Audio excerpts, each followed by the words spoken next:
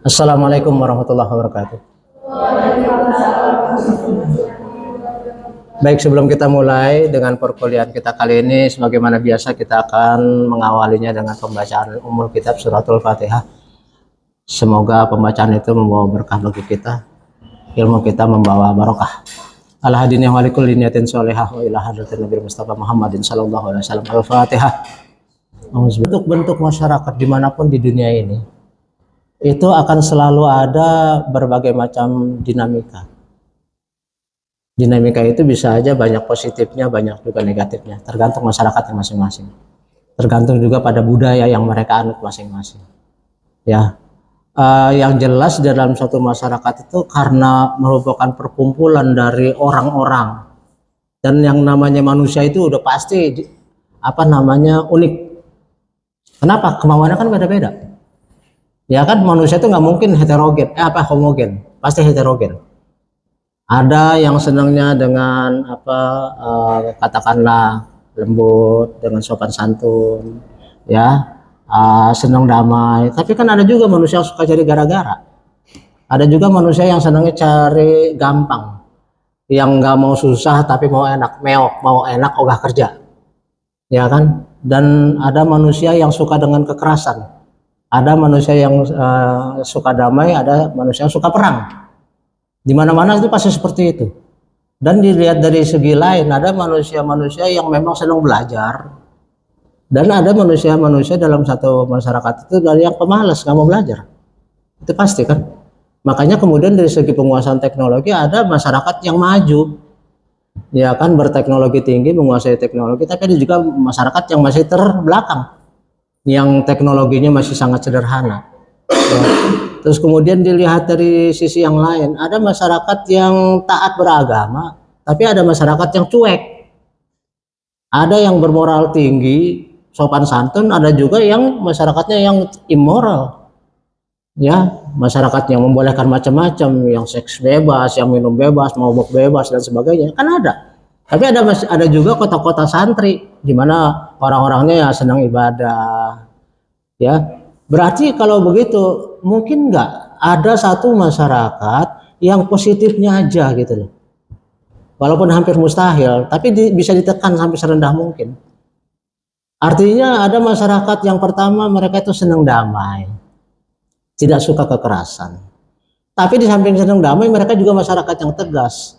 Artinya masyarakat itu kalau diganggu ya pasti ngamuk juga. Cuma mereka tuh nggak mau cari gara-gara. Tapi kalau dicari gara-gara baru ngamuk gitu. Ada masyarakat yang senang belajar, ya, terus masyarakatnya itu satu sama lain saling bantu, saling toleransi, perbedaan ras, perbedaan suku, perbedaan agama, perbedaan pendapat, no problem, mereka tetap akur. Mungkin nggak ada masyarakat yang ideal banget seperti itu, ya, yang positifnya benar-benar lah. Ya kalau dibilang masyarakat seperti itulah yang kemudian kata Allah baldatun thayyibatun wa rabbun ghafur. Masyarakat yang penuh dengan rahmat Allah karena mereka itu begitu kehidupannya, tentrem, nggak ada pertengkaran. Mereka hidup seperti lebah. Dalam Al-Quran kan juga ada, ya, An-Nahl, lebah. Apa sifat lebah? Sifat lebah itu kalau dia hinggap di ranting manapun nggak pernah bikin patah ranting. Betapapun gemuknya itu lebah, nggak pernah bikin patah ranting. Berarti masyarakat Islam, masyarakat yang diinginkan adalah masyarakat yang nggak bikin rusuh, nggak bikin gaduh, nggak bikin heboh, nggak bikin jadi kerok. Senantiasa tidak pernah mematahkan ranting apapun. Lebah kayak gitu kan. Kedua, sifat lebah, mereka senang dengan kemurnian. Jadi kalau yang namanya lebah itu dia senantiasa menghisap sari bunga madu yang masih di tangkai pohon, yang masih segar. Lebah mana mau ngisap madu yang udah jatuh ke tanah. Jadi mereka senangnya yang murni. Orang Islam seperti itu, senangnya harusnya yang murni, yang manis, yang mendatangkan madu kan mendatangkan kesehatan ya. mendatangkan kesehatan, enak juga rasanya, manis. Berarti masyarakat Islam itu adalah masyarakat yang membawa kesehatan bagi masyarakatnya, yang membawa kelezatan bagi masyarakat, bukan orang yang biang kerok. Bukan orang yang tukang cari gara-gara, bukan orang yang bikin rusuh, bukan orang yang bikin heboh dan sebagainya, bukan. Tapi seperti lebah, senangnya dengan yang manis-manis, bahkan yang apa kembang jatuh di tanah pun dia nggak mau. Itu ditandai dengan apa? Halalan thayyiban. Orang Islam itu harus makan dari uang yang diperoleh dari rezeki yang halal, ya kan? Dan juga yang dimakan itu thayyib, artinya buat kesehatan. Dia halal dapat duitnya karena nyari kerja atau karena dia berdagang, tapi kemudian dia makanannya nggak thayyib, makanannya yang berbahaya, makanan yang mengandung zat-zat yang berbahaya. Berarti halal tapi tidak thayyib. Tapi ada juga yang tidak halal juga tidak thayyib. Sementara yang Islam adalah halalan thayyiban, seperti lebah yang senantiasa makannya yang murni. Itu gunanya, itu maksudnya Al-Quran bikin An-Nahl. Jadi umat Islam itu harus memiliki sifat seperti lebah. Apalagi sifat lebah yang Anda tahu? Di samping tidak mematahkan ranting, kemudian juga senantiasa makan yang murni, yang baik-baik. Apalagi lebah itu? Ayo, Anda suka memperhatikan lebah? Coba apa kira-kira ininya? Orang Islam tidak boleh mengganggu siapapun, tetapi ketika diganggu dia akan nyerbu seperti lebah. Makanya orang Islam dimanapun juga ketika Palestina kemudian diganggu Israel, bergerak seluruh orang Islam seluruh dunia termasuk di Indonesia. Kenapa? Memang seperti lebah. Jangan ganggu. Kita nggak mau cari gara-gara. Tapi ketika kita dicari gara-gara, nggak ada satupun yang akan mundur. Semua harus bergerak. Islam itu seperti sistem, masing-masing bekerja sendiri-sendiri, aktif sendiri-sendiri, negaranya masing-masing, bangsanya masing-masing. Tapi ketika salah satu itu diganggu, mengalami kerusakan, yang lain ikut bergerak. Islam itu sistem. Apalagi sifat lebah, tidak senang diganggu, terus kemudian tidak mematahkan ranting, senang yang manis. Lebah itu juga menghasilkan madu. Makannya yang baik-baik, halalan thayyiban, dia mengeluarkan juga madu. Madu itu dari mana? Kan dari pantatnya. Ya kan? Bukan dari mulutnya, bukan dari muntahannya, tapi dari pantatnya. Berarti yang keluar dari lebah adalah madu murni yang menyehatkan. Berarti Anda, kita Muslim harus mengeluarkan sesuatu yang membuat orang lain sehat. Mengeluarkan sesuatu, ya omongan maupun tindakan. Jadi nggak boleh umat Islam itu kemudian omongannya jutek, omongannya itu nggak nyenengin orang, bikin orang lain itu jadi sedih, bikin orang lain itu jadi patah hati, bikin orang itu jadi putus asa. Tidak. Seperti lebah mengeluarkan madu. Berarti yang kita bicarakan berupa apa? Wal asri innal insana lafi khusrin illal ladzina amanu wa amilus solihat wa tawassau bil haq wa tawassau bis sabr. Artinya umat Islam itu wa tawassau bil haq, selalu saja menyerukan kebenaran. Dan watawasau bis sabar, dan selalu menyerukan kebenaran dengan sabar. Jadi jangan apa-apa maunya perang melulu. Terus kalau ada berbeda pendapat maunya ngata-ngatain kafir, murtad. Bukan itu bukan Islam itu. Ya. Jadi Al-Qur'an ada surat An-Nahl yang artinya lebah, itu maksudnya begitu. Umat Islam itu harus bersifat seperti lebah. Senang yang manis-manis, mengeluarkan yang bermanfaat, tidak pernah mematahkan ranting, tidak juga senang diganggu, dan senantiasa kompak. Lebah mana ada yang jomblo? Kan selalu rame-rame. Ya toh? Berarti umat Islam juga nggak boleh hidup egois sendirian. Harus bersosialisasi. Itulah sebabnya sholat berjamaah lebih baik daripada sholat sendirian. Itu salah satu sifat juga. Jadi kita harus seperti lebah yang bersosialisasi. Dalam bersosialisasi berarti kan kita harus apa? Toleran, ya kan? Tidak boleh mau menang sendiri. Kita harus apa? Demokratis. Ya kan? Apalagi sifat-sifat dalam masyarakat yang baik-baik, demokratis, toleran, pluralisme. Artinya nggak ada masalah dengan perbedaan. Jadi menerima perbedaan sebagai hal yang biasa. Ya kan? Saya sering menggambarkan seperti ini. Mungkin pernah di kelas Anda. Ketika orang berjalan, Anda melihat nggak kakinya seperti apa, tangannya seperti apa? Pernah kan? Tangan dan kaki nggak pernah sama. Justru itu dia maju. Jadi perbedaan itulah yang membuat kita jadi maju. Islam harus pluralisme. Makanya saya dari sejak saya masih remaja, itu saya nggak suka, mohon maaf ya, mungkin Anda beda dengan saya nggak suka tuh kalau masjid itu selalu aja menggunakan toa setiap saat.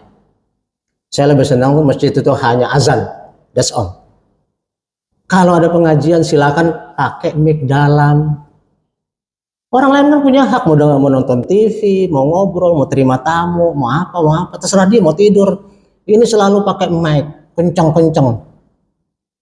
Akibatnya kita disuruh dengerin dia. Kuliah di gedung, pernah saya cerita ya, di gedung sana yang lama. Ibu-ibu yang kita dengerin, ibu-ibu pengajian. Hari ini pengajian, gitu. Janganlah kita lupakan, karena itu kewajiban. Jadi apa gua? Ya gitu, karena setiap saat gitu. Untuk apa?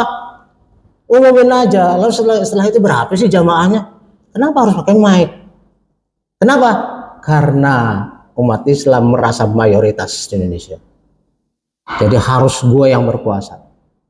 Jangan begitu, kan di sini banyak orang yang non muslim juga, banyak yang mau kuliah, ada orang yang lagi sakit gigi. Orang sakit gigi itu jangankan lagi dengerin begituan, ada yang nggak kenapa-napa ditabokin. Ya kan, emaknya nggak kenapa-napa dimarahin.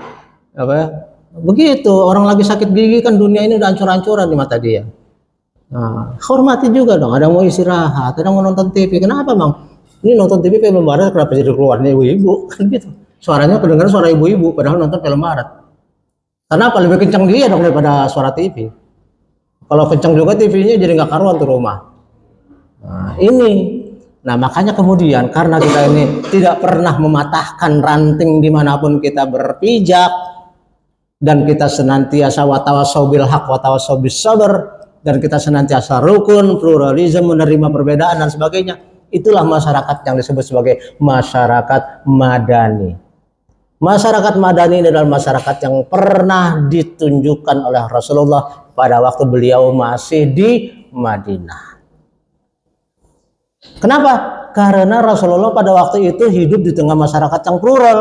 Ada Yahudi, ada Kristen, ada Muslim, ada penyembah berhala. Nggak pernah diganggu sama Rasulullah. Kenapa? La ikraha fiddin, tidak ada paksaan dalam agama. Rasulullah tidak pernah maksa-maksa orang untuk masuk Islam.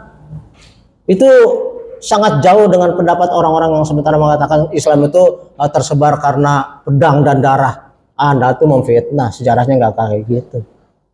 Sejarahnya nggak kayak gitu. Rasulullah itu mencontohkan dengan akhlak. Innama bu'istu ili utammima makarimal akhlak.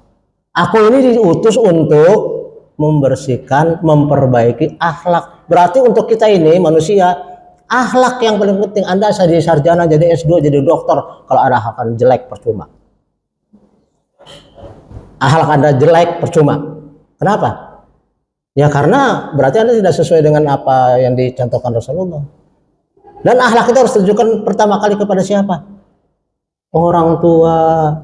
Itu the number one prioritas itu kepada orang tua. Orang tua itu yang melahirkan kita, yang merawat kita dari merah sampai jadi gede. Kalau tahu dia ngelawan, kan banyak tuh kasus-kasus tuh. Anak yang ngelawan ibunya, yang maki-maki ibunya, bahkan ibunya dituntut ke secara hukum. Ada yang dituntut ke penjara, ada yang dipasuki penjara, ada yang dilempar di jalanan, ada yang ditaruh di panti asuhan. Kan kata ibunya, tahu begini gue bebesin di got dulu. Waktu masih bayi merah gue bebesin di got ya, taruhnya tempat sampah. Sayangnya nggak tahu. Itulah sebabnya al-jannati saya lupa itunya tuh. Surga itu di telapak kaki ibu. Ibu itu 9 bulan bawa tambur sana kemari. Perutnya Berat itu. Dan waktu melahirkan juga dia bertaruh mati atau hidup. Banyak ibu-ibu yang melahirkan mati. Ya kan? Anaknya hidup, ibunya mati. Ibunya hidup, anaknya mati. Bertaruh bener-beneran. Kalau sekarang sih mungkin lebih ringan karena sesar, tinggal melek itu perut. Kalau dulu kan nggak ada ya. Benar-benar harus alami. Perjuangannya luar biasa. Nah makanya kemudian al jannatu tahta aqdamil ummahati. Surga itu di bawah telapak kaki ibumu. Nggak ada gunanya Anda tuh jadi sarjana, magister, doktor, profesor, Anda kurang ajar sama ibu, sama orang tua. Wala taqul lahuma uffin, kata Allah dalam Al-Qur'an. Kamu ngomong aja sama ibu nggak boleh. Nggak boleh itu, udah haram. Apalagi kamu bentak-bentak dia, apalagi kamu sampai tuntut dia. Kenapa? Karena ibunya janda kaya, kagak mati-mati, dituntut supaya segera mewariskan. Ini anak kurang ajar. Itu sebabnya kalau kita lihat hukum waris tidak ada kewajiban. Kan saya pernah nanya sama kamu, boleh nggak misalnya saya ngewarisin kepada si Ano, terus anaknya protes, apakah harus saya tanya-tanya pada anak? Pernah kan saya tanya? Ya nggak perlu, hak harta-harta gua. Hibah terutama, kalau waris mah otomatis sih. Waris mah yang menentuin langsung Al-Quran. Sementara kalau hibah kan kita boleh. Saya mau ngasih siapa tuh serah saya, masa saya nanya dulu anak saya? Nggak perlu orang harta-harta saya. Ya begitu ya. Jadi artinya masyarakat yang madani adalah memiliki ciri-ciri sebagai berikut. Ya. Jadi masyarakat madani ini adalah masyarakat yang mencontoh kehidupan masyarakat di zaman Rasulullah pada waktu di Madinah. Di sana banyak orang-orang yang beragama lain, bersuku lain. Terus kemudian juga di sana memiliki ciri-ciri keunggulan. Pertama, ada ruang publik. Artinya masyarakat boleh berbicara, bebas berpendapat, tidak dikekang. Tidak seperti negara komunis, nggak boleh ngomong kecuali suara komunis. Masyarakat madani boleh. Rasulullah boleh kok ditanya. Rasulullah juga menerima pendapat, tapi karena patokannya adalah Al-Quran dan Firman, ya ketika pendapat itu tidak sesuai ya ditolak, ya kan? Kemudian juga masyarakat madani itu adalah demokratis. Kenapa? Ya karena memang tidak ada pemaksaan di sana. Rasulullah itu bertindak ya untuk menyebarkan agama Islam, tapi tidak menyebarkannya secara paksa, apalagi secara bujuk-bujukan, kasih Indomie buat apa? Ya kan banyak sekarang agama-agama yang disebarin ke pakai Indomie lah segala macam. Ya atau nih yang cewek-cewek hati-hati nanti punya cowok, lebih baik nggak usah deh yang non Muslim. Takut kalah kamunya, takut kalah kamu, jadi kamu yang pindah. Itu kata Allah tuh minan nuri ila zulumat, kamu pindah dari nur ke kegelapan. Ada orang yang gara-gara pacaran sama non Muslim, orang kafir. Non Muslim nggak ada dalam Al-Quran, adanya kafir. Kafir itu artinya apa sih? Kafir itu artinya nggak menerima apa yang disampaikan oleh Muhammad. Mau siapapun juga, mau Hindu, mau Buddha, mau Kristen, mau Katolik, kan mereka nggak nerima Muhammad, nggak nerima Islam, berarti kafir. Kenapa kita masih takut-takut bilang kafir? Memang itu bahasa Al-Quran kok. Tapi dihalusin non Muslim katanya. Ya terserah lah, tapi yang jelas sama kafir. Ya. Terus kemudian juga demokratis di sini. Pernah juga nggak saya cerita tentang waktu Rasulullah Futuh Mekah, pembebasan kota Mekah? Pernah ya? Rasulullah dan kaum muslim ditindas, disiksa pada waktu masih di Mekah, sampai akhirnya Rasulullah kan pindah hijrah ke Madinah. Tahu kan? Sampai situ tahu ceritanya kan? Sampai akhirnya Rasulullah pindah ke Madinah. Kemudian di Madinah beliau berhasil membangun masyarakat dan juga berhasil membangun pasukan. Setelah kuat, maka mereka akan kembali ke Mekah. Bukan untuk balas dendam, tapi membebaskan saudara-saudaranya di Mekah yang masih terjajah, masih tertindas, masih disiksa. Tapi orang Mekah kemudian udah pada ketakutan. Takut Rasulullah dengan pasukan yang sekarang udah hebat, yang udah banyak, akan balas dendam. Mereka udah khawatir, udah deg-degan. Tapi begitu sampai Rasulullah dan pasukannya di pintu gerbang Mekah, beliau mengatakan, selamat bagi mereka yang sembunyi di rumah masing-masing. Selamat bagi mereka yang sembunyi di rumah pemimpin agamanya masing-masing. Atau di rumah pemimpinnya. Selamat bagi mereka yang bersembunyi di tempat ibadahnya masing-masing. Jangan patahkan ranting jika tak perlu, jangan bunuh binatang jika tak perlu. Mana ada lagi yang kurang demokratis dari itu? Di mana-mana perang orang kan lempar bom, hancur semua satu negara. Hiroshima, Nagasaki, Ukraina dengan Rusia, Israel dengan Palestina, lempar bom, bodo amat yang mati siapa, mau bayi kayak, mau nenek-nenek kayak, mau pohon kayak, mau binatang kayak. Karena mereka bukan Islam. Islam tidak seperti itu. Selamat, yang sembunyi di rumah masing-masing nggak diganggu kok. Yang sembunyi di rumah ibadahnya nggak bakal diganggu, nggak dihancurin rumah ibadahnya. Yang sembunyi di rumah pemimpinnya nggak bakal diganyang. Yang akan kita hadapi, kata Rasulullah, adalah mereka yang sengaja menghadang kita. Itu musuh kita. Kurang demokratis gimana Islam itu? Pernah satu kali juga pembebasan kota Bethlehem. Ya, orang Bethlehem yang waktu itu dipimpin oleh seorang uskup, seorang pemimpin gereja, karena merasa selama ini mereka menindas orang muslim, lalu kemudian karena mereka kalah perang, lalu kemudian akan datang Umar bin Khattab, ya, datang ke sana, bayangan mereka akan datang dengan pasukan dan kita akan dihancurkan. Ternyata apa? Umar bin Khattab datang cuma naik keledai, karena kuda adalah lambang perang, maka beliau naik keledai datang, dan cuma satu orang asisten.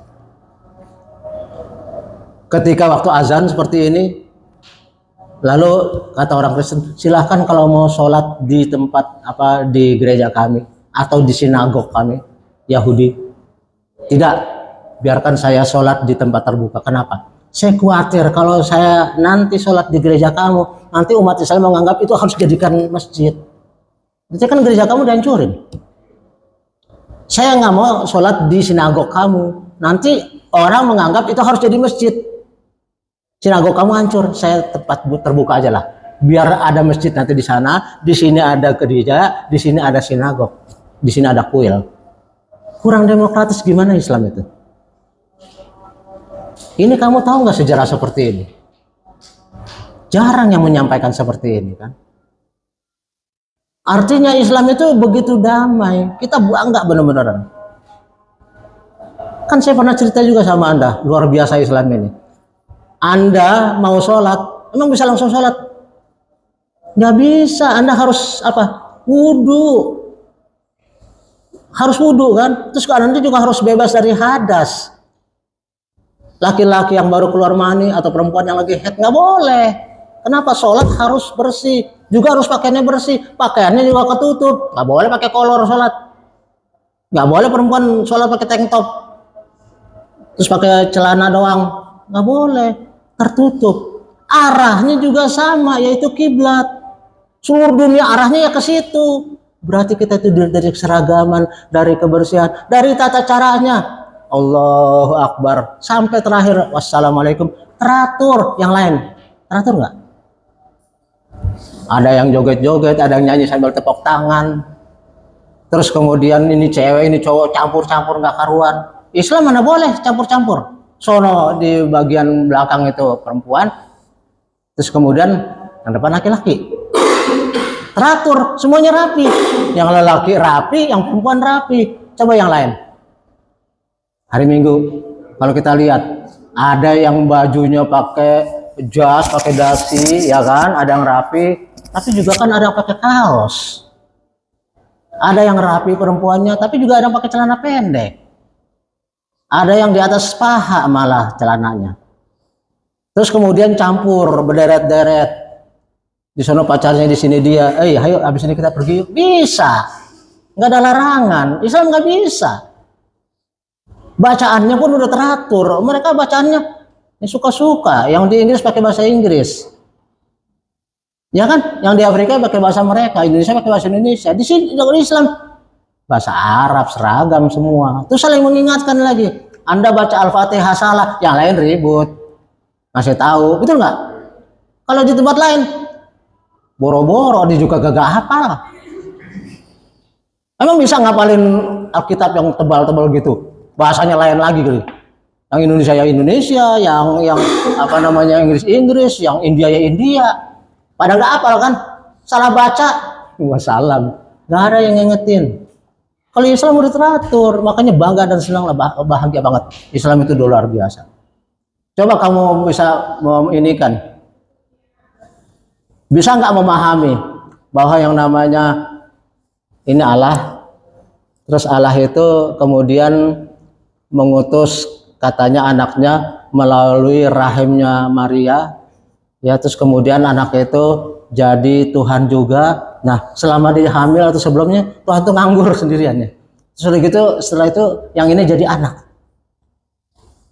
Makanya ada pertanyaan dulu di YouTube. Pada waktu Yesus disalib, Anda sebagai orang yang tinggal di sana, katakan Anda Kristen ya, tinggal di sana, ngelihat Yesus disalib, Anda apa yang Anda lakukan? Anda diam saja atau Anda bela karena itu pemimpin Anda lagi disiksa? Gimana ya? Kalau saya bela berarti nggak ada penebusan dosa dong. Kalau penebusan dosa itu kan Yesus disalib. Ya kan darahnya jadi dosa penebus dosa. Kalau saya cegah sehingga Nabi saat tidak jadi disalib, nggak ada penebusan dosa dong. Rumit. Islam jelas, la ilaha illallah, udah jelas. Qul huwallahu ahad, Allahus somad, tidak beranak dan tidak diperanakan. Lam yalid walam yulad walam yakul lahu kufuwan ahad. Artinya apa? Tidak ada satupun yang serupa dengan dia. Nggak ada. Secantik apapun juga kamu, seganteng apapun juga kamu, nggak ada di mata Allah sama sekali. Kalau di agama lain ada Tuhannya yang jatuh cinta sama ciptaannya sendiri. Saking dia terkagum-kagum bikin ciptaan, cantik banget, lama-lama Tuhan jatuh cinta sama ceweknya. Akhirnya tuh cewek naik tahta jadi permaisurinya Tuhan. Aneh. Ya, namanya Maha Pencipta kan dia bikin saya cantik-cantiknya bisa aja. Nah, tapi kalau Tuhan kan ya nggak mungkin. Kenapa? Jangan lagi Allah malaikat aja nggak punya nafsu, ya kan? Malaikat aja nggak dikasih nafsu. Makanya ketika Allah menciptakan manusia, Allah tuh nanya di antara makhluknya, Bu, ditanyakan siapa yang berani mengemban amanat akal. Ada yang berani nggak? Tanya gunung nggak berani. Saya nggak berani punya akal. Tanya binatang nggak berani punya akal.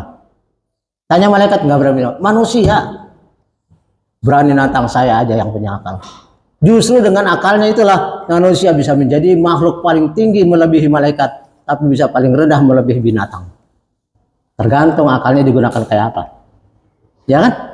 Nah, jadi pertama ciri masyarakat madani ada ruang publik, ada demokrasi, ada toleransi. Toleransi artinya apa?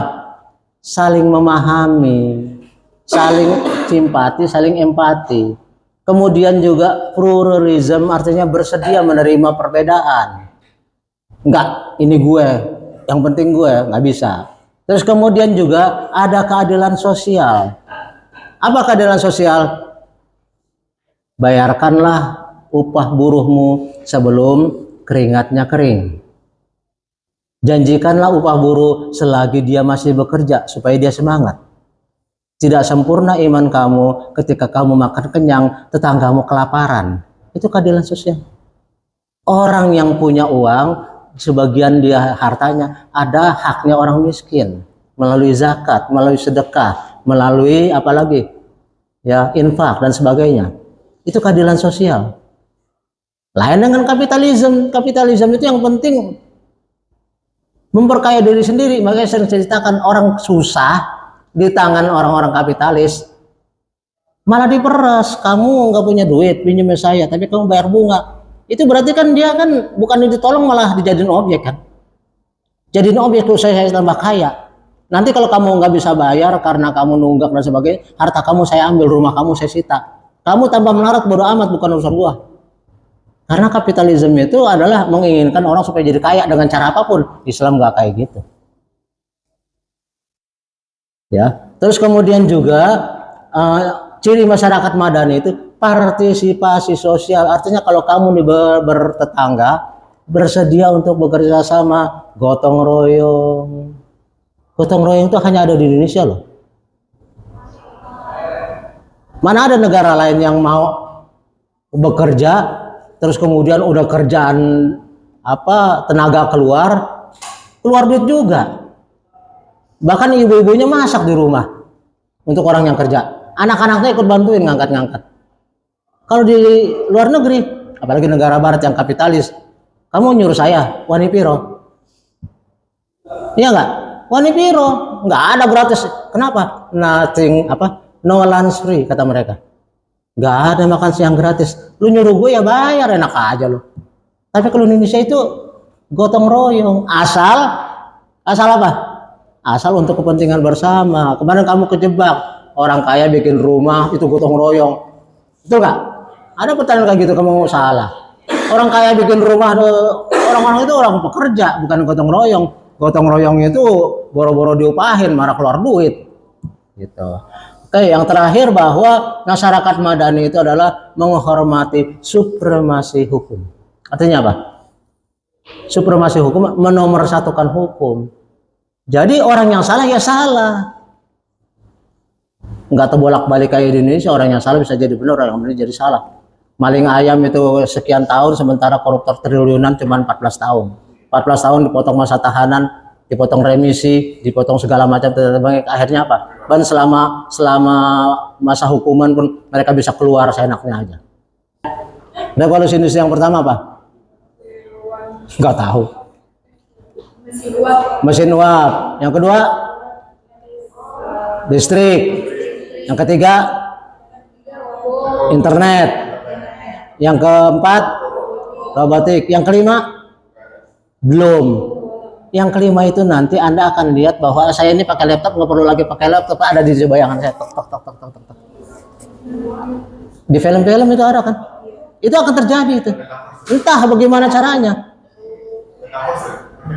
Ya, teletransportasi juga akan mungkin. Mustahil nggak? Nggak mustahil. Dulu orang punya HP aja mustahil. Bagaimana sih saya bisa ngomong sama orang di Afrika? Sekarang ya bisa. Nah kan bukan hanya suara, kamu langsung ketemu sama dia di ini juga bisa. Langsung ngelihat orangnya. Video call. Jadi nggak ada mustahil. Nanti juga kayak gitu. Dulu zaman Jayabaya bayangkan nanti akan ada besi melayang-layang di udara. Zaman dulu orang mikir besi melayang di udara, besi kan berat. Bagaimana? Nyatanya apa sekarang? Ya pesawat. Itu kan besi kan, bukan oncom kan isinya kan. Ya. Yang namanya pesawat kan bukan dari opak ya. Itu dari besi, kok bisa melayang tinggi di udara begitu, nggak jatuh kan jeblok. Teknologi. Jadi masyarakat madani adalah masyarakat yang di samping sifatnya sifat seperti itu juga sadar teknologi. Sadar teknologi karena mereka belajar. Itulah sebabnya mungkin ada pertanyaan bagi kamu, kenapa caranya siapa kok kayaknya aneh gitu loh. Kenapa mesti ada podcast? Kenapa mesti ada tanya jawab? Kenapa mesti ada komen? Ya, gitu. Karena saya mempersiapkan kamu harus menghadapi zaman yang seperti itu. Bukan zaman saya lagi yang cuma nulis pakai mesin ketik, taktik, saya. Lagi pakai apa? Apa itu yang namanya? Buat kampus tip X. Pakai tip X, tiup-tiup. Udah gitu bikin tes bikin deskripsi. Datang ke dosen, dicoret di tengah-tengah, ketik lagi dari awal. Gimana bisa diketik di tengah-tengah? Ketik lagi dari awal. Itu zaman pahit. Kamu juga udah zaman serba enak sekarang, makanya jangan sampai ketinggalan. Ya Bu ya. Jadi cara kita memang harus dirubah. Kata ilmu manajemen modern, change or die. Berubah atau mati. Change or die, berubah atau mati. Dinosaurus itu binatang yang segede apa tahu, tapi mereka punah. Kenapa? Mereka punya akal. Manusia punya akal, makanya harus hidup di segala zaman. Kamu hidup di zaman nanti robotik atau di zaman 5.0, saya nggak tahu kayak apa. Harus siap dari sekarang. Oke, saya kira itu yang pengen saya sampaikan sebagai penutup dari kuliah kita. Menjawab mungkin ada pertanyaan kenapa kok cara saya berbeda, ya kenapa saya kok aneh-anehan dan banyak kerjaan lagi. Kalau dosen lain mungkin nggak banyak kerjaan. Kalau dosen udah gitu, saya kira saya dosen yang paling sering berhubungan dengan kamu ya di WA group. Bentar-bentar kirim ini kirim itu, kita ngomong ini. Yang lain kan enggak ya? Yang lain kan santai-santainya ya karena saya merasa punya tanggung jawab. Gitu aja. Oke, saya kira demikian yang perlu saya sampaikan. Terima kasih. Untuk kuliah ini saya tutup. Wassalamualaikum warahmatullahi wabarakatuh. Waalaikumsalam warahmatullahi wabarakatuh.